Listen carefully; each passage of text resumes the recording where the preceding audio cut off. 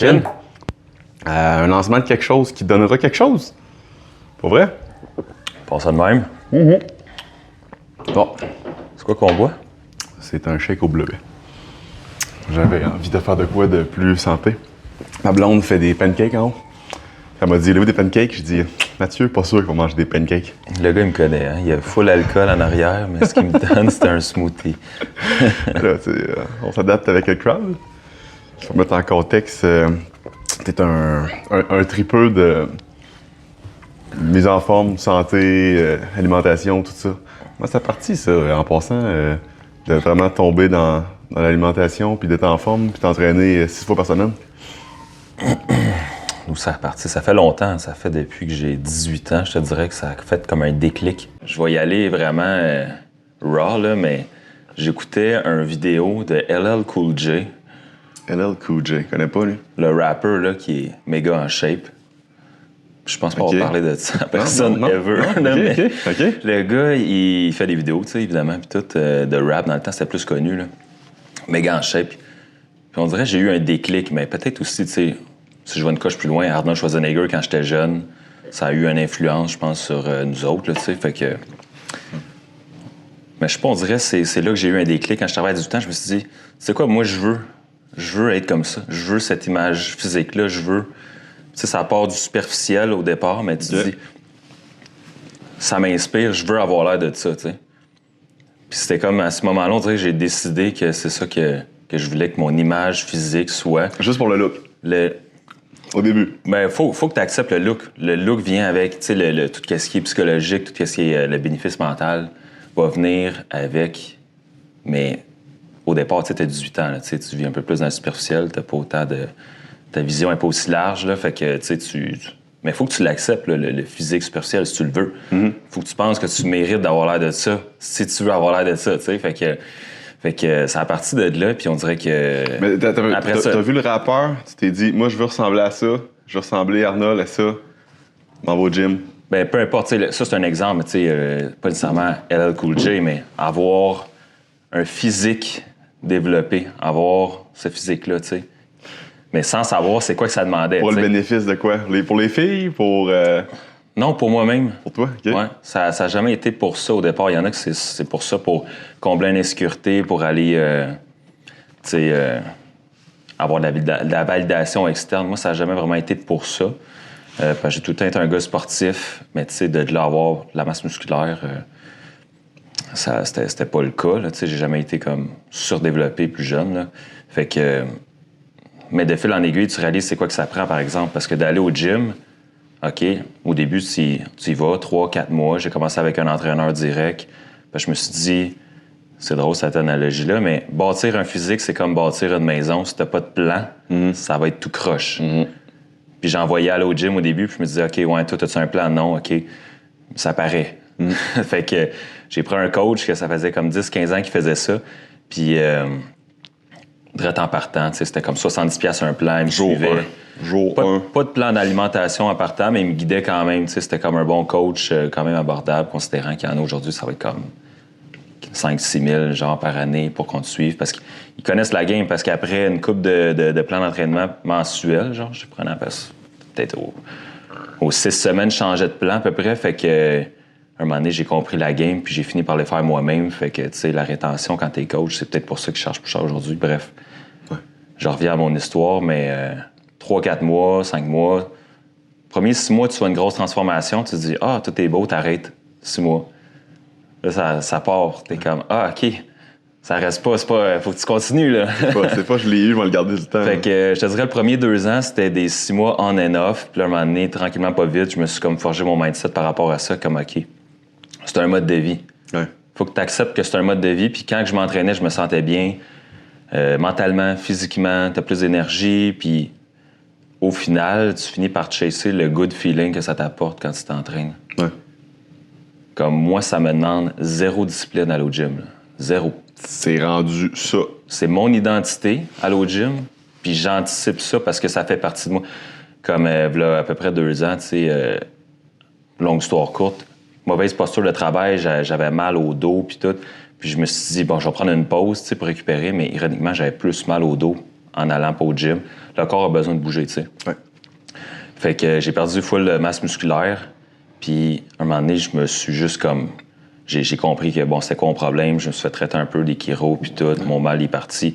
J'ai compris que ça aidait pas d'arrêter de m'entraîner.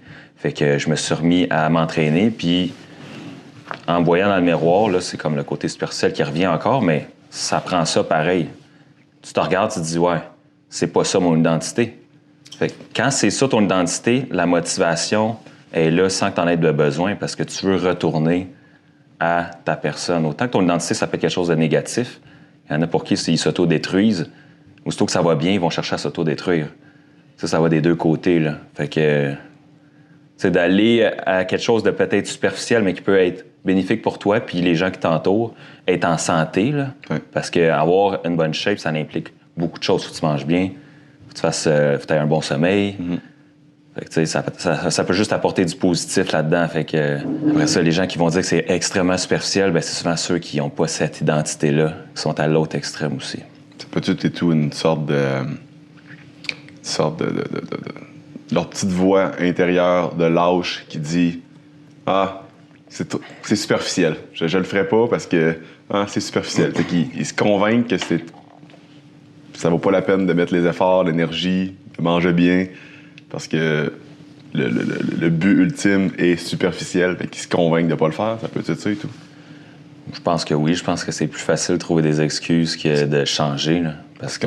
on le sait tous, qu'est-ce qu'il faut faire. Je veux dire, on n'est pas des spécialistes. Moi, je suis pas un spécialiste dans la nutrition, mais je pense que tout le monde le sait que si tu manges de la nourriture processée, du pain, pâtes, patates, des gâteaux, de friture, de faire de même, tu t'en vas dans une mauvaise direction. Tout le monde le sait. Ben, on en mange quand même parce que c'est bon, c'est facile, c'est rapide. Mais on le sait tous qu'il faut pas prendre ça. On a une petite voix que c'est plus facile. Mais si on écoutait l'autre petite voix qui nous dit « Hey, c'est de la merde, fais-le pas. » Puis je pense que plus qu'on s'habitue à écouter, on a deux petites voix. On a une petite voix qui est de la raison, qui go, fais des bonnes actions, va t'entraîner, mange bien. Puis le 1er janvier, on a toutes ces petites voix-là qui parlent un petit peu plus fort. Puis ça, le 3, 4, 5, 6 janvier, elle commence à se taire. Mais je pense que tu as dit quelque chose, tu as dit, c'est rendu mon identité, c'est rendu moi d'aller au gym 5-6 jours par semaine, c'est moi, puis si je le fais pas, je suis pas bien. Parce que je pense que à force d'entraîner sa petite voix intérieure de « let's go, t'es capable », elle parle de plus en plus fort, puis on finit par étouffer la petite voix qui dit « on va écouter Netflix, on va manger de la merde, on va… » Fait que plus que ta voix forte, tu lui donnes de la place, plus qu'elle peut en prendre aussi, ça devient plus facile également. Oui. Mais il y a de quoi que j'ai compris aussi par rapport à ça dernièrement, c'est avec le livre Atomic Habits, c'est que quand tu commences quelque chose comme ça, ou que ce soit le gym, que ce soit changer une habitude, on a tout le temps l'impression que ça prend full discipline. On s'est comme fait rentrer ça dans la tête que peu importe ce que tu fais, il faut que ça soit dur, mais fais-le pareil. Puis lui, dans son livre, il explique que c'est le contraire. Si tu veux faire de quoi, il faut que tu le rendes le plus facile possible. Parce que la discipline peut t'amener quelque part à court terme, mais sur le long terme, tu peux pas avoir de la discipline pendant 10 ans. Là. Ça faut que tu rendes ça facile, puis ça part de ton identité. Ça, c'est l'étape numéro 1. Faut que tu acceptes que ça peut être toi, parce que sinon, tu vas être en conflit tout le temps. Tu veux quelque chose, mais intérieurement, dans ton subconscient, tu le veux pas. Fait que tu vas tout le temps te repousser indirectement avec des excuses. « Ah, mais non, j'ai pas vraiment besoin de ça, moi, un six-pack. Ah, j'ai pas vraiment besoin de ça, moi, manger santé, je me sens bien. » Mais oui, je suis en forme, je suis pas malade. Mais de l'autre côté, t'es en conflit, là. T'es comme, moi, je devrais pas manger ça. Ou tu regardes de quoi télé, puis t'es comme, t'as envie de ça intérieurement, comme. Puis là, on reste tout le temps dans le sujet de l'apparence physique, la santé, mais ça va dans tous les aspects. En affaires et tout, là, je veux dire, moi, je prospectais en débile malade mental, puis je faisais 20-25 heures de prospection téléphonique, tu vois, prio, expiré, tout ça, j'étais sur le téléphone tout le temps. Je parlais avec d'autres courtiers. Ah, non, moi, j'aime pas ça, faire ça, là, c'est pas le fun. De toute façon, j'ai essayé, là, puis ça donne pas de résultat, le monde se convainc, dans le fond, qu'il y a quelque chose qu'ils aiment pas, puis ils veulent juste se convaincre, puis confirmer que... Encore une fois, c'est l'identité. Ouais. Moi, je suis pas quelqu'un qui aime ça. Je suis pas quelqu'un qui veut gagner 500 000 par année. C'est ça. 200, c'est bien correct. 150, bien correct. T'sais. C'est ça, ça part de là. Si tu penses pas que tu mérites quelque chose, tu l'auras pas dans la vie. Ça, c'est un autre sujet qu'on pourrait déraper, là, mais si tu veux, va plus loin là-dedans. Qu'est-ce qui t'a poussé d'abord en faire de la prospection, même si aujourd'hui, je pense que tu en fais moins ou tu n'en fais plus. Mais au départ, tout est parti là-dessus en malade. Changer ma vie. Mais pour faire le déclic, quand que tu l'as fait, ça te tentait pas plus qu'un autre. Là. C'est quoi qui s'est passé? Ah, ben pour vrai, moi, ça me tentait. Moi, au moment que je l'ai fait, ça me tentait d'en faire. Ça me tentait parce que j'ai commencé en immobilier, j'avais 27 ans. Puis j'étais pauvre. Puis je me suis dit, puis dans ma tête, quand j'avais 18 ans, à 27 ans, j'allais être riche. À 27 ans, j'allais avoir une maison, j'allais avoir une super auto, j'allais avoir peut-être bien même une deuxième maison secondaire sur le bord d'un lac. J'allais voyager, dans ma tête, ma projection, c'était ça. Puis là, j'étais rendu à 27 ans. Puis je me suis dit, j'en ai un bout de fait, j'ai absolument rien presque de valeur devant de moi. Puis un an avant, j'avais vécu un élément assez... qui m'a comme rentré dedans. J'étais allé au restaurant, j'ai commandé un repas, j'étais avec mon ami. Puis quand je suis venu payer la facture, ma carte n'a pas passé. J'ai regardé dans mon compte, puis le paiement de char venait de passer, le paiement d'appartement venait de passer, puis il me restait genre 2 piastres et quelque chose dans mon compte. J'ai une assiette de 16 piastres à payer au restaurant. Je peux même pas payer mon repas. Puis là, ça a fait « Ouh! » Puis j'étais pas parce que j'étais lâche, pas parce que j'étais pas travaillant, parce que j'étais travaillant, mais je mettais des efforts dans une place qui était pas payante, puis qui rapportait pas. C'est une business que j'essayais de lever, puis ça voulait pas lever. Puis j'ai dit, ben regarde, ça fait quand même plusieurs années que j'essaie de développer cette business-là. Ça faisait au moins 6-7 ans que je me travaillais, puis ça levait, ça rebaissait, ça levait, ça rebaissait. Puis pourtant, mon énergie restait égale, mais par le type de business que c'était, c'était comme ça. Puis j'ai dit, moi, je change de domaine. Puis en même temps, j'ai mon ancienne belle-mère, la conjointe de mon père, qui avait parti en immobilier comme courtière. Puis elle avait du succès, puis je la voyais aller. Puis je me suis dit, si elle a du succès, je suis capable d'avoir du succès moi aussi. Fait que j'ai fait mon cours immobilier, puis je suis parti. Puis quand je suis parti, j'ai dit, comment tu peux avoir de business là-dedans? Puis ils m'ont dit, pogne le téléphone, puis appelle tout le monde, c'est sur du proprio. Fait que j'ai appelé des du proprio. C'est là que la graine a été semée. Ça a fait. C'est ça qu'il faut faire avoir du succès? Oui, OK, parfait. Si faut que je me pète la face genre 1000 fois dans le mur pour avoir un rendez-vous, je vais me péter 1000 fois dans le mur. Puis s'il faut que je me pète 1000 fois dans le mur pour en avoir un, moi j'en veux 3 par semaine des listings. Je vais me péter 3000 fois dans le mur par semaine. Tu avais déjà accepté qu'est-ce que ça prenait de faire avant même de le faire, dans le fond. Ah ouais. Le commitment qui était déjà comme... Moi, ça fait, je veux changer ma vie. Je m'étais dit, à 30 ans, je vais être dans une bien meilleure posture qu'à 27. C'est ça, je me suis dit. J'ai dit, tu sais, j'ai 3 ans pour changer ma vie. Puis je l'ai changé en 6 mois. Mais je me suis dit, j'ai 3 ans pour changer ma vie.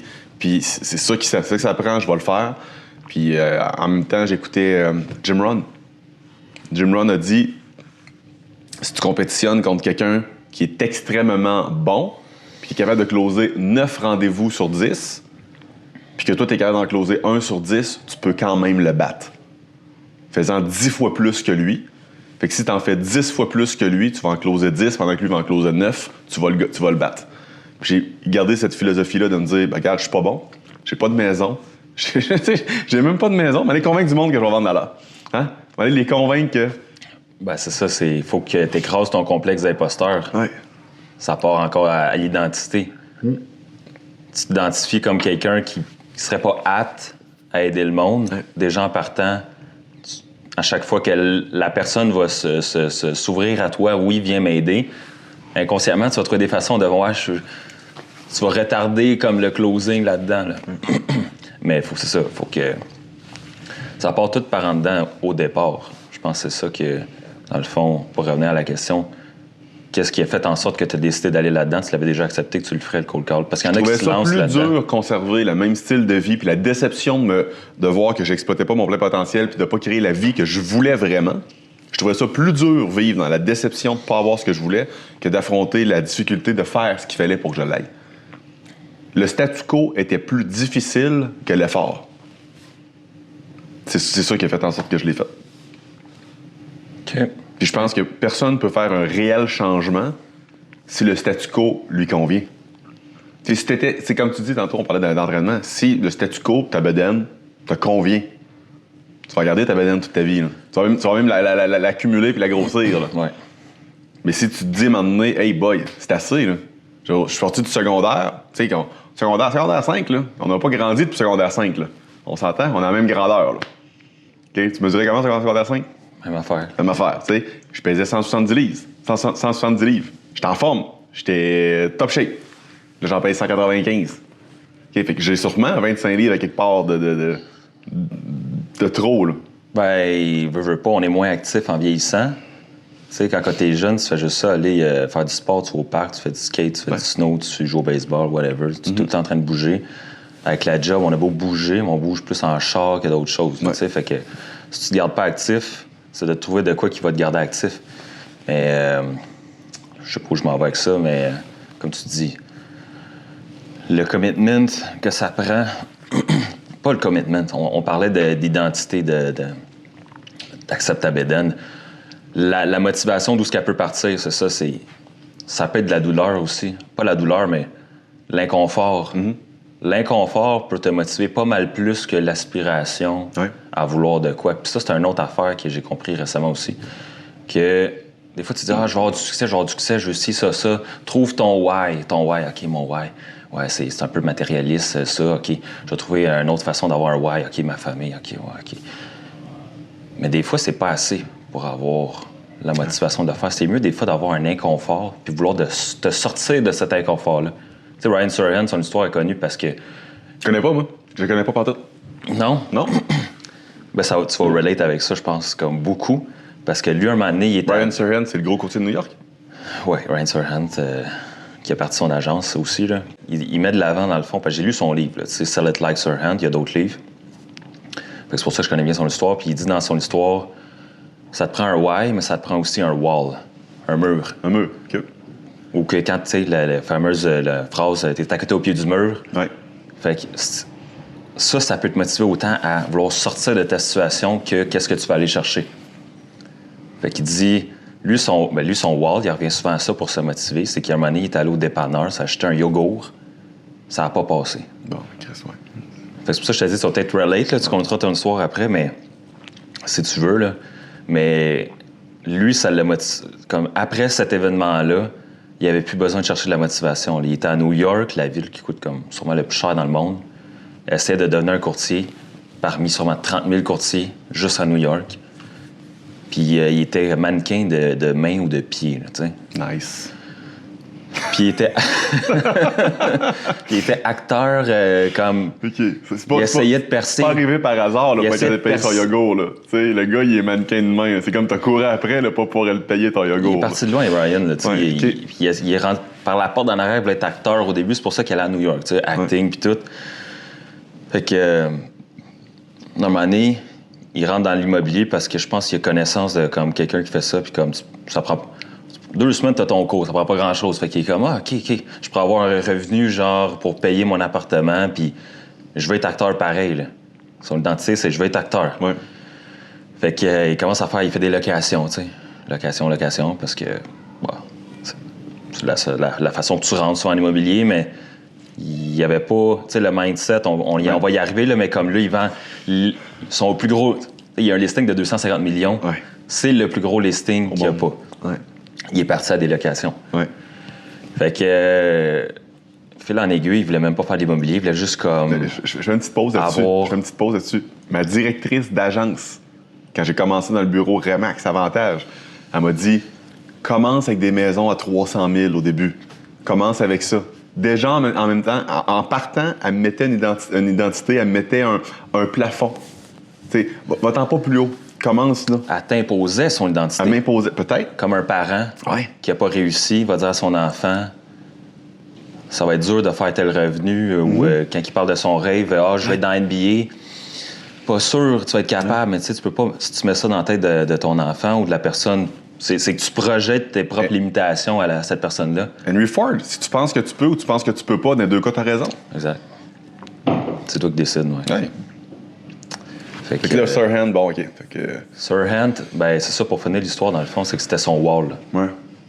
Fait que Il a vendu des locations, il s'est dit que mon identité est aux locations, je peux pas faire mieux que ça pour l'instant. Après ça, c'est son histoire, tu sais, qui continue puis qu'on la connaît, c'est pas vraiment ça. Il est devenu acteur, hein? Il acte dans ses vidéos d'immobilier, il a fait une émission de télé, Il a combiné l'acting à l'immobilier parce qu'il était un des premiers à faire des vidéos, puis se déguiser, puis faire du marketing qui mixait comme acting. Ouais, dans $1 million listing, il se déguisait, puis tout. Mais tu sais, il y a un show alentour de ça, là, fait qu'ils ont pris des... Puis je pense qu'il a été choisi. Tu sais, ça fait full circle des fois, mais il a été choisi dans cette émission-là parce qu'il y avait un background d'acting, qu'il savait un peu comment gérer les caméras, il était à l'aise avec ça, puis je pense dans cet univers-là de filmage ou tu sais, de vidéo, whatever, de cinéma, là, qu'on pourrait appeler la télé, ils veulent tout le temps prendre le moins de risques possible. Fait que si tu as comme moindrement de l'expérience avec ça, tu le sais, là, tu as fait un peu de télé. Fait que quand tu es sorti de ta petite expérience de télé, ben, tu as été plus facilement accepté ailleurs dans d'autres petites gigs de télé, juste parce qu'ils savaient, OK, on sait déjà à quoi s'attendre, il n'y a pas de risque. Fait que c'est ça la motivation, juste pour closer là-dessus, tu sais. Il en parle dans le livre Atomic Habits, qui est un des livres que je recommande à tout le monde, là, parce que j'ai lu ce livre-là sur le tard. Ça fait au moins comme presque 10 ans que je fais du développement personnel. Puis c'est le livre que tu veux avoir au début, qui va faire vraiment en sorte que, tu sais, tu as des concepts que c'est important de savoir, que tu vas avoir dans Think and Grow Rich, tu vas avoir dans des livres de Rich Dad Poor Dad de Robert Kiyosaki, Compound Effect de Darren Hardy. Tu vas avoir plein de mais tu sais, le mettre en pratique, c'est ça qui est important. Puis savoir comment le mettre en pratique, comment ton cerveau, tu peux le hacker en rendant ça facile, accessible, tout le contraire de ce qu'on pense qu'il faut faire. Puis il y a vraiment un blueprint pour ça. Fait que moi, je le recommande tout le temps, ce livre-là, de le mettre. C'est quoi le blueprint? Là, dans son livre, son blueprint, c'est... Écoute, je le connais pas par cœur, mais il y a un blueprint pour enlever une mauvaise habitude, puis il y a un blueprint pour mettre une nouvelle habitude. Fait que, mettons qu'on prend un exemple banal. Mettons, tu veux prendre tes vitamines le soir. Bonne habitude. Bon. Il y a deux options. Tu vas le mettre, mettons, à une heure exacte, tout le temps, ou tu vas le mettre après une bonne habitude, ou une habitude en général. Puis, dans certains cas, ça peut marcher avec l'heure pour certaines personnes, mais souvent, ton horaire va changer. Tu vas aller au resto un moment donné, tes suppléments ne seront pas avec toi, là, tu sais. Fait qu'il y a des chances que ça va... Tu te brosses les dents tous les soirs, prends tes vitamines juste avant, mettons. Après le souper, tu prends tes vitamines, mettons. Tu finis de manger, tu les prends. Fait que c'est une habitude qui va avec. Fait que... Mais bon, mon exemple de restaurant, ça reste que ça fonctionnerait pas, là, mais... Une habitude est mieux accompagnée d'une bonne habitude, puis les bonnes habitudes peuvent se compound, puis les mauvaises aussi peuvent se compound. Fait que... rendre ça facile, accessible. Fait que c'est ton petit paquet de suppléments que tu vas prendre le soir, tes vitamines, sont dans le fond de ton garde-manger. Des bonnes chances que tu les vois pas, tu vas les oublier. Fait que, au même titre que si tu les as en face, à côté de ta machine à café, tu vas les prendre. Fait que c'est tous des petits trucs comme ça, mais qui font une différence. Comme je l'ai proposé à ma blonde, puis elle les prend plus souvent à cause de ça. C'est niaiseux, là. Mais au même titre qu'une mauvaise habitude, c'est ça qu'il faut que tu fasses. Mettons, tu vas écouter moins de télé. OK? Mais si tu dis, je veux juste écouter moins de télé, tu vas retomber dans le même cercle vicieux, puis tu vas écouter pareil la télé, là. Mais si tu dis, bon, je déplugue mon décodeur ou mon Google, Chromecast, Netflix, whatever, là, maintenant, c'est plus ça, là. Puis à chaque fois que je vais écouter la télé, il faut que je le replugue, puis j'attends 1 minute pour qu'il reparte. C'est une inconvénience, là. À chaque fois que tu vas vouloir y aller, l'écouter à la télé, tu vas te dire, ouais, il va falloir que j'attende ça parte. OK, mais si c'est pas assez, parfait. Prends ta télé, mets-la dans un garde-robe. Là, c'est un effort pour la mettre dans le garde-robe. C'est un effort. Mais là, tu sais, tu vois, t'as des petites passes de motivation. Tu te dis, OK, ça me tente pas. Faut que je sois plus productif. Là, j'écoute trop de télé. Boum, c'est là que tu le fais. Là, après ça, à chaque fois, tu vas vouloir écouter de la télé. Ah, faut que je sorte ma télé du garde-robe. Faut que j'aille la plugger, j'attende. Le livre, il est là. Je vais lire un livre à place. Fait que là, c'est là que l'inconvénience, tu vas te rappeler ta motivation. Tu vas te dire, bon... Parce que l'humain, il faut comprendre, on est tous paresseux à quelque part. On vit dans une société que, je procrastine, puis là, c'est un cercle vicieux mental que tu t'en vas à toi-même, mais l'humain est paresseux, fait que pourquoi pas rendre ça en conséquence que t'es paresseux, fait que fais en sorte que tout ce que tu fais peut être plus facile, tu vas le faire. Fait que tu seras plus paresseux, tu vas être plus productif, mais tu vas avoir compris comment que ton système fonctionne à la place de tout le temps te demander un effort inutile. Fait que, tu sais, ta télé, tu vas en écouter moins, puis au final, parce que ça va être moins d'efforts faire ce que tu voulais vraiment faire que d'aller plugger ta télé pour faire ce que tu voulais pas faire. Fait que c'est un peu ça qui explique comment enlever une bonne habitude puis en implanter une, en tout cas. Fait que... Le mot anglais. On fait souvent ça. Fait que c'est ça qui est percutant dans ce livre-là, c'est que tu peux vraiment mettre en pratique. C'est un livre que tu regardes avec toi parce que c'est comme un guide, là. OK. C'est bon des livres de même, parce que souvent, ils sont dans pelletage de nuages, tu sais. Ouais, c'est ça. Il donne un bon concept, tu sais, parce que je prends comme Porn Effect. Comme Porn Effect, j'ai la version audio, là, j'ai les 6 CD version audio que je dois avoir écouté 50 fois chaque CD, là. OK? Mais t'as juste du concept. T'as pas de quoi d'applicable à la fin. C'est un bon concept, c'est motivant, mais des fois, juste la motivation, tu sais. C'est ça, l'affaire, c'est que la motivation, on va la chercher où? T'sais, ça va être dans l'inconfort, ça va être dans l'aspiration à devenir meilleur, ça va être... Mais tout se décortique dans tes petites habitudes. C'est pour ça qu'ils appellent ça Atomic Habits, mais c'est des habitudes atomiques. Là. Les mini-habitudes font que tes grandes habitudes... Ah, atomique, atome petit. OK, ouais, je comprends. Fait que on est une somme de nos habitudes. T'sais, je me lève, je m'étire, je bois de l'eau, je lis 10 pages, je vais au gym...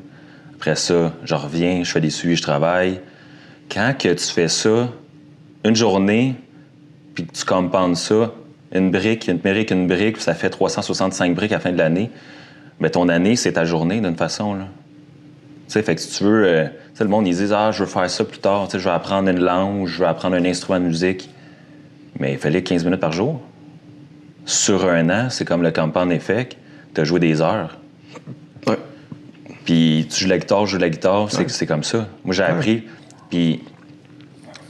Moi, mon père était guitariste, là. Ben, il a joué de la guitare, tu sais. Fait que j'ai grandi là-dedans, j'avais déjà l'oreille.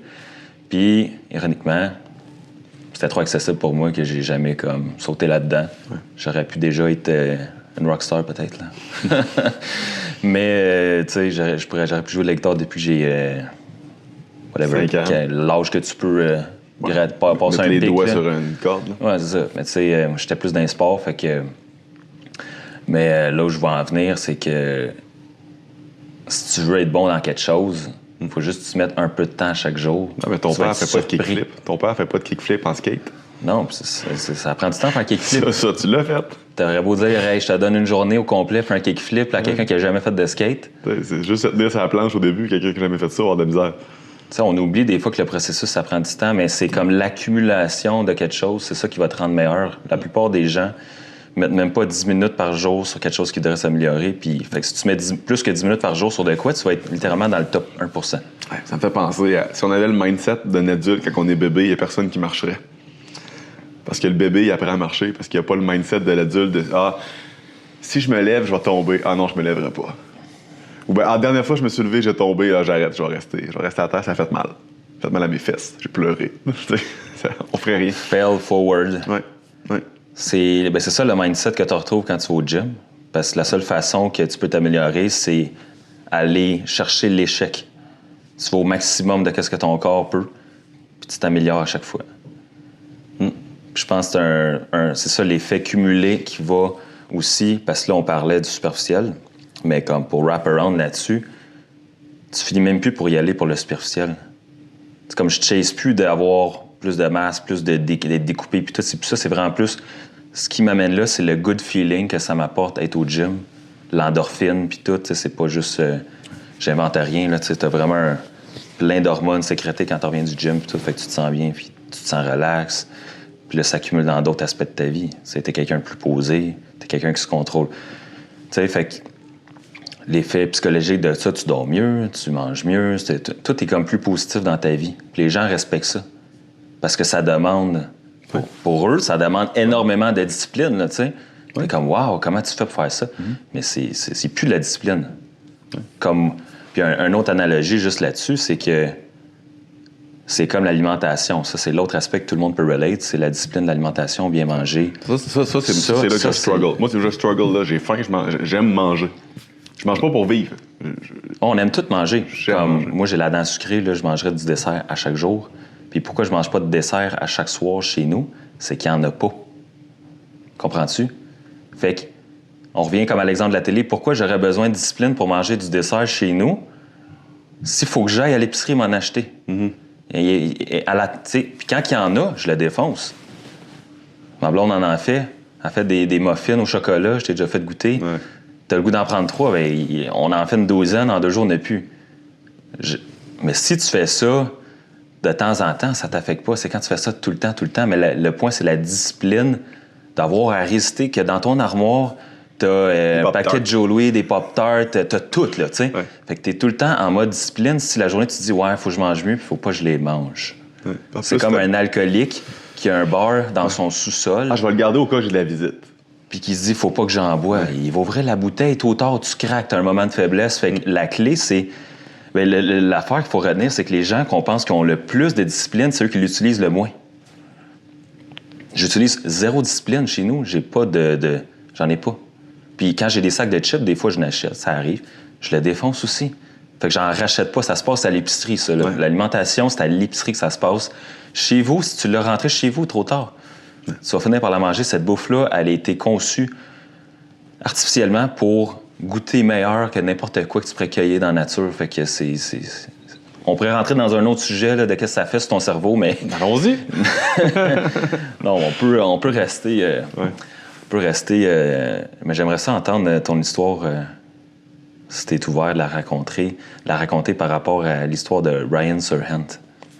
Ça pourrait être intéressant. Ben, je l'ai Le compté. parallèle. Je l'ai compté tantôt. Je l'ai dit. J'étais au restaurant, puis Ah, ouais, c'est vrai. je l'ai dit. Ah oui. Ah oui, je l'ai raconté. Je connaissais pas l'histoire de Ryan, mais c'est pareil, dans le fond. C'est J'avais oublié carrément que tu l'avais pareil. raconté. Ouais. J'étais allé au restaurant, j'allais payer mon 3 amigos, mon burritos que j'ai commandé aux 3 amigos. Puis j'ai dit à mon chum de gars de le payer. J'ai vu ma belle-mère qui est dans l'immobilier. Lui, il avait vu... c'est qui? Ryan, il avait vu quelqu'un dans son entourage qui est en immobilier? Un ami? Non, ouais, ben, dans son livre, il dit vaguement c'est quoi. Je pense pas que c'est un ami. Toi, il a vu là. quelqu'un en immobilier Mais ouais. faire quelque chose. Moi, j'ai vu ma belle-mère réussir. Puis, mais lui, il est parti mollo dans l'objectif de juste faire un peu d'argent. Moi, je suis parti dans le but de changer ma vie. Ouais, non, lui, c'était même pas pour devenir courtier. C'est ça l'ironie. Le courtier numéro 1 en ce moment, si on peut dire ça, là, il est pas mal dans le top. Là. Ouais. ChatGPT, en tout cas, c'est lui qui sort. Quand tu tapes truc en immobilier, étudier Ryan Serhant. Tu sais, ça, c'est un autre aspect. Des fois, le monde pense qu'il faut que tu commences déjà comme tu as commencé en immobilier. Mais tu peux juste commencer pour commencer. Puis tu verras où ça va t'amener, là, tu sais. Faut pas comme le dicton dit, t'as pas besoin d'être bon pour commencer, faut juste que tu commences pour devenir bon. Ouais. Tu sais, ça prend un certain nombre d'heures pour devenir bon. Un Olympien, ça pratique 4 ans à chaque fois pour retourner aux Olympiques, puis ça fait 10-15 ans. C'est une discipline que, tu vas aux Olympiques, là, tu y vas pas après un an de pratique, là, tu sais. C'est un peu la même chose en immobilier, tu sais, ça prend un certain temps de pratique pour atteindre un certain niveau de connaissance. Puis après ça, tu as l'option de rester là, statu quo, ou devenir meilleur.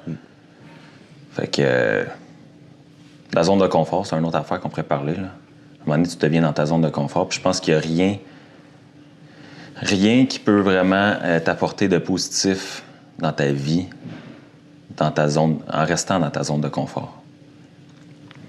Puis ce qui est tough, c'est qu'à un moment donné, tu sors d'une zone d'inconfort pour aller vers une zone de confort, puis t'as pas le goût de retourner dans la zone d'inconfort. Fait que tu te dis, c'est quoi que ça me prend? Faut-tu que j'enlève mon matelas le soir pour me remotiver à me dire, à chaque fois le soir, je vais redormir à terre Tant que j'ai pas fait accompli ça. Ouais. Tu sais, faut que tu te recrées un inconfort parce que c'est souvent quand t'arrives au rock bottom, là, que t'es plus capable de te payer un yogourt ou ton souper ou que t'es comme, oh shit, faut pas être plus bas que ça, Chris, là. Fait que, qu'est-ce que je fais pour comme, me sortir de là? T'as comme plus le choix, là. C'est l'instinct de survie qui embarque. Mais là, quand t'arrives à un confort... Il y en a qui écrasent. Il y en a qui sont là, puis c'est juste des idées noires, puis il n'y a rien qui marche, puis c'est de la faute de mes parents, j'ai pas eu d'éducation, j'ai pas eu... Ça, c'est une autre affaire qu'on peut développer là-dessus. Tu sais, la programmation qu'on a de nos parents, à quel point c'est responsable pour le succès d'une personne quand elle est rendue adulte. Est-ce que tu penses que les parents... Parce qu'il y a du monde qui vont tout blâmer. Ils vont blâmer le gouvernement, ils vont blâmer l'économie, ils vont blâmer leur éducation, ils vont blâmer tout sauf eux autres. Qu'est-ce que tu penses de ça? Ben, c'est la mentalité de victime. C'est que c'est plus facile de jouer la victime, pointer du doigt, c'est de la faute à lui, de la faute à lui, de la faute du gouvernement, nanana, que de t'asseoir le soir dans ton salon, fermer les lumières, là, dans le noir, puis de parler à toi-même, te dire, ouais, c'est ta responsabilité, c'est pas personne qui va t'aider à part toi dans la vie, là. Ça, t'apprends ça quand tu lis des livres de développement personnel, parce que t'as des déclics, puis c'est des gens qui ont fait ce cheminement-là, qui te parlent à travers ce livre-là, qui disent, OK, C'est comme ça que tu vas arriver à avoir... Tu sais, tu veux ça qui brille là, un peu plus loin dans ta vie, mais il faut que tu deviennes cette personne-là. C'est pas ce que... Puis Jim Rohn l'a dit, là, il dit... c'est son mentor qui avait dit ça, il dit... Mr. Shelf. Deviens millionnaire, puis... Mr. Shelf, Mr. Shelf. Mr. Shelf told me, if you want to have more, you need to become more. Ouais, Mr. Shelf. Puis il disait, deviens millionnaire, ou je sais pas trop comment il avait dit, puis il était comme, pourquoi devenir millionnaire, tu sais? Puis comme, ça sonne bien millionnaire, c'est vrai. Puis il dit, c'est pas devenir millionnaire, c'est pas d'avoir 1 million qui va faire une différence dans ta vie, c'est la personne que tu vas être devenu à devenir Dans millionnaire. le processus. Ouais. Tu peux toujours redevenir millionnaire si tu es devenu millionnaire par toi-même. C'est le mindset que ça prend, c'est ça qui va être le plus enrichissant, valuable, tu sais, comme qu'il disait. Fait que... Je perds un peu ta question, je dérape, là. Bref. Mais je m'en allais où avec Tu ça? parlais de victime. De victime. C'est ça. Ben c'est ça. C'est que pour en revenir à ça, c'est que c'est le mindset de, à la place de dire « why me », c'est « try me ». Quand il t'arrive de quoi dans la vie, tu pognes un flat sur l'autoroute, là. Ah, pourquoi moi? Tout le temps à moi que ça arrive, ces affaires-là, encore un flat, tout le temps en retard, nanana. Plus tu dis ça, plus tu vas l'attirer, en passant. Mais si à la place, tu dis « try me », tu sais, comme la vie te fait faire t'envoie des événements que t'aimes pas pour justement peut-être te forcer à t'améliorer d'un certain niveau. Ouais, j'avais déjà entendu quelque chose là-dessus. T'es pas victime de ton... Tu sais, l'environnement ne le contrôle pas. Fait qu'on pourrait dire que t'es victime de ton environnement, oui, mais tu sais, 90% de la vie, c'est pas qu'est-ce qui t'arrive, c'est comment tu réagis. Exactement, c'est ça que j'allais dire. 10%, c'est ce qui t'arrive. 90%, c'est comment tu réagis à la vie. Fait que t'as tout le temps le choix de ta réaction. Quelqu'un te klaxonne sur l'autoroute pour aucune raison, tu peux soit embarquer... Swing un finger. Tu peux embarquer là-dedans ou choisir de réagir d'une autre façon. Puis il y a des événements il va tout avoir des événements dramatiques, tristes, négatifs qui vont nous arriver dans la vie. Puis c'est ton choix de réagir en conséquence. Versus tout le temps jouer la victime. Puis c'est là que est la grosse différence avec beaucoup de monde. Beaucoup de monde veut jouer la victime. C'est facile. T'as aucune responsabilité. T'es comme un enfant, c'est jamais de ma faute. Tu veux pas prendre responsabilité de quoi que ce soit dans ta vie. Mais quand ça va mal, tout d'un coup, t'es pas satisfait non plus de ta vie, là, tu sais. Ouais. Fait que J'ai pour moi dire qu'on n'est pas responsable de la programmation que nos parents vont nous donner jusqu'à l'âge de 14, 15, 16 ans, mettons, si j'étire. Mais on est responsable de la mise à jour. Ouais. Ouais, j'aime ça comment tu le mets, la mise à jour. La base, tu sais, à un moment donné, tu n'as pas choisi dans quelle famille tu allais être élevé. Tu n'as pas choisi quelle valeur, mais on connaît tous du monde qui ont eu du succès, qui partent d'un background complètement dégueulasse. Qui se faisait battre, que son père était alcoolique, que sa mère c'était une prostituée, ou qu'il n'y avait pas d'argent, qu'il dormait dans la rue. Puis on a écouté des films comme La poursuite du bonheur avec Will Smith. Le gars, il dormait dans la station de métro avec son fils. Puis il a réussi à avoir du succès. Fait qu'on est tous... La programmation initiale qu'on a, on n'est pas responsable de ça, mais on peut tous choisir la mise à jour. Ça, c'est... Qu'est-ce que tu vas faire à partir de là? Est-ce que tu veux continuer ce pattern-là ou tu veux changer? Puis une histoire qui est bonne, c'est... Ben, j'ai 2 histoires par rapport à ça, mais tu sais, 2 personnes qui se font interviewer, OK, 2 frères. Le premier frère se fait interviewer, se fait dire comment vous avez fait pour avoir autant de succès, être multimillionnaire, pour avoir eu le succès que vous avez eu. Puis sa réponse, c'est ben, j'ai pas eu le choix. Mon père était violent, mon père me battait, mon père était pauvre. J'ai dit je voulais pas avoir une vie comme ça, fait que j'ai pas eu le choix de step up puis de faire de quoi de ma vie. Son frère se fait interviewer. Comment se fait-il que vous avez une vie comme ça? Ben j'ai pas eu le choix. Mon père était alcoolique, c'est ça que j'ai appris à faire. T'sais, fait que c'est comment qu'on réagit aux choses. Ça revient à ce que tu viens de dire. Comment qu'on réagit aux choses est beaucoup plus importante que la chose en question. T'sais, qu'on peut se servir d'un obstacle pour grandir, on peut se servir d'un obstacle pour rester là puis s'appuyer sur son sort. Ça me fait penser à un exemple. Garde ton idée, là, si tu veux continuer, mais Arnold Schwarzenegger, son père était violent. Je pense alcoolique aussi, je suis pas sûr. Là.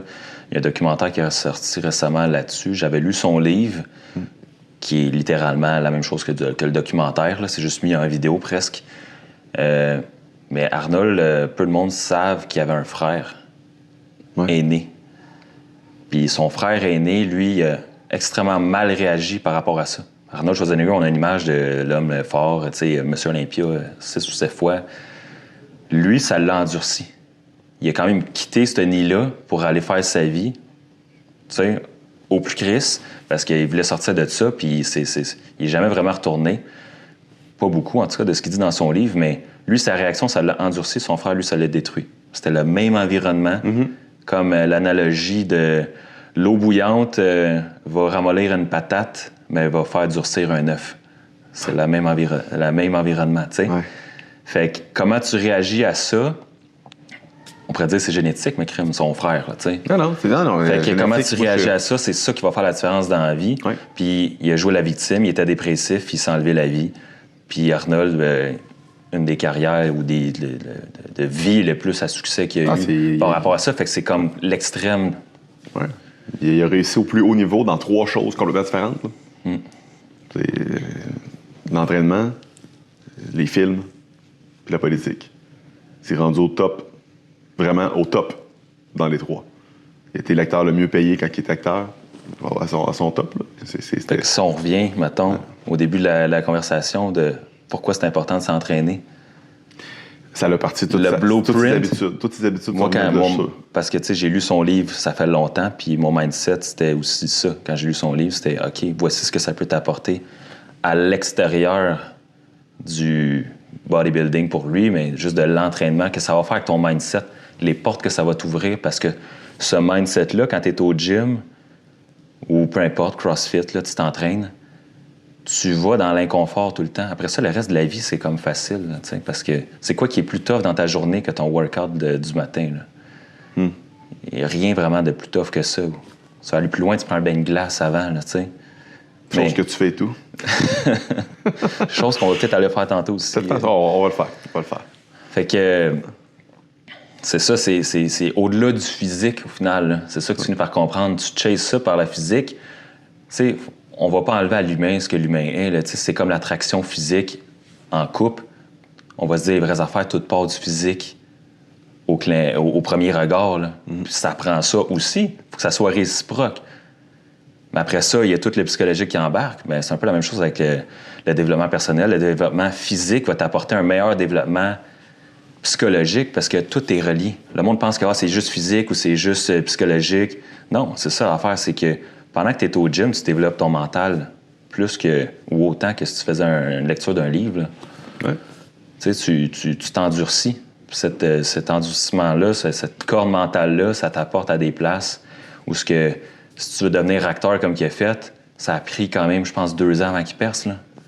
Après 6 mois, il aurait quitté comme tout le monde. Ah, c'est pas pour moi. Je me fais dire que je suis trop grand, que j'ai un accent allemand.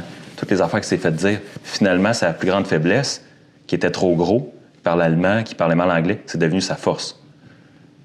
Il a fait Terminator, puis il avait l'accent cassé un peu à cause de ça. Il était énorme. Qui pouvait faire le rôle de Terminator, sauf Arnold? Tu sais, James Cameron, il avait dit, quand il l'avait approché, au début, il n'était pas supposé de faire Terminator. Il était supposé de faire Reese, l'autre personnage. Ouais. Puis il disait, non, Terminator, il faudrait qu'il soit comme ça, dans un café. Puis James Cameron l'a regardé, il a dit, why don't you do it? Ouais. Il est comme, you're the perfect guy. Ouais. Il est comme, do it. Ouais. Avec le recul, s'il l'avait pas fait, là, ça serait pourri, ce film-là. Mais sa plus grande faiblesse, c'était sa plus grande force. Fait que des fois, on se voit que moi, je suis rempli de faiblesses, le monde ne va pas... Mais au contraire, c'est ta niche, personne ne peut faire ce que tu fais. T'as pas de compétition, c'est ça ta force. Cool. Ouais, j'aime ça. Merci d'avoir partagé. Ça fait plaisir. C'est bon. On casse la glace avec ça. Casser la glace avec ça, puis on va parler de casser la glace. Moi, on peut aller casser la glace et tout dehors. Pour ceux qui ne le savent pas, on fait des bains de glace des fois, puis dans ma rivière, en arrière de chez nous, j'ai une belle petite rivière, puis on s'était baigné là-dedans au mois de janvier pour partir l'année. Ouais. On s'était dit quand il va y avoir un petit trou d'eau qui va se pointer encore, puis là, il y en a un en ce moment. On est de même. Ben, c'est ça, je voulais t'initier justement à prendre des bains de glace, parce que moi, j'en prends depuis un petit bout. Ouais. Parce que je suis Wim Hof, tout ce que ça fait. Puis suivre l'inconfort, comme on disait, c'est ça que ça t'apporte, les bains de glace. Ouais. Tu sais, t'as pas le goût de le faire. Là, puis c'est pas parce que j'en ai fait plein que à chaque fois que je vais en faire un, Je suis comme yes. Ouais. Joe Rogan, il dit à chaque matin, il en prend à chaque matin, lui. Là. C'est 7 jours par semaine depuis. Il prend son vin de glace, puis il dit il n'y a pas un matin que je lève le couvercle, puis que je dis ça va être correct aujourd'hui. À tous les matins, c'est ça me tente pas en levant le couvercle. Puis quand cette voix-là monte en dedans de lui, puis là, je le quote, là, je dis exactement ce qu'il dit. Shut the fuck up, you little voice. OK? Il dit à sa voix, ferme ta gueule. OK? Ouais. Puis c'est comme. Puis si tu réussis à battre cette voix-là à quelque chose de tough de même, comme tu disais, si t'as fait ça, le reste de la journée est facile. Après ça, les décisions, c'est quoi qui est plus il y a un bang. C'est facile de dire non à ça. C'est facile de dire non. Je viens de me baigner dans la glace en 3 minutes d'attente. Mm-hmm. C'est facile de dire oui à l'entraînement. C'est facile de dire oui à travailler un peu plus. C'est un muscle. Ouais. C'est une partie de ton cerveau, c'est un muscle. Si tu t'entraînes, t'es meilleur. Si tu t'entraînes pas, ça s'atrophie. Puis t'es mou sur tout. Tu te laisses aller sur tout. Tu dérives. Mais en équipe, c'est plus facile. En gang, c'est plus facile. Oui, parce que, on est la moyenne des gens qui on passe du temps. Fait que si t'es entouré de personnes qui sont on va prendre un beigne. On va manger de la merde. On va écouter la TV. Tu écoutes tes séries, c'est drôle. Je me suis claqué la série au complet en une semaine. Si tes 4 amis principaux, c'est ça, devine quoi? Tu vas être le 5e. Oui. Fait que s'entourer de personnes qui sont dans une drive positive, qui veulent avancer, qui veulent changer leur vie, qui veulent s'améliorer, c'est aussi important que de lire le bon livre puis de vouloir prendre des habitudes parce que... Et vois-tu, c'est un aspect que j'avais oublié de son blueprint. Mais il dit, une des façons d'avoir la constance, entoure-toi de gens qui ont la même vision que toi. Ça va déteindre sur toi. Comme tu dis, tu es la somme des 5 personnes avec qui tu tiens le plus dans la vie. Peu importe ce que tu essaies de te dire, si tu tiens avec des gens qui ont des mauvaises habitudes que tu ne veux pas avoir, ça va déteindre sur toi au fil du temps, que ce soit dans leur vocabulaire, leurs habitudes, leur alimentation. Parce que quand tu manges bien, tu le sais, mettons, tu vas être sur une patch, tu manges bien. Quand tu socialises, tu arrives à une place, un barbecue, puis le monde, ils ont de la pizza, ils ont plein d'affaires. Ouais. C'est tough. C'est là que la discipline rembarque. Ouais. Ben, t'es la somme de ton entourage. Ton entourage, c'était juste, tu sais, l'entourage à Arnold, c'était juste des bodybuilders. Penses-tu que quelqu'un qui socialisait, c'était comme, on va aller manger une douzaine de beignes. Des beignes, tu comprends-tu? Des Timbits, là. Tu sais, fait que c'est ça. C'est important de choisir un entourage de gens qui vont t'apporter où ce que tu veux aller. Puis ça va être beaucoup plus facile. Encore une fois, on revient, c'est pas de la discipline. Ça va être facile. C'est mettre en place les bonnes choses pour que ça soit juste... Une évidence même. Exact. Si tu mets en place ta vie d'une façon que la continuité naturelle sait de faire des bons choix, tu n'as plus besoin de la discipline. C'est rendu le truc, tout simplement. Des excellents trucs, man. C'est une belle appel. Beau... On pourrait en parler longtemps. Je pense qu'on fait juste se réchauffer, mais on va en garder pour... Là, je sais même pas si ça l'enregistre encore. Là. Peut-être qu'il n'y a plus de batterie, peut-être que ça l'a bugué. Mais cool, non, c'est le fun. Yes. OK. Bon, ben, moi, je suis prêt. On va aller se baigner. Yes, sir. Let's do it.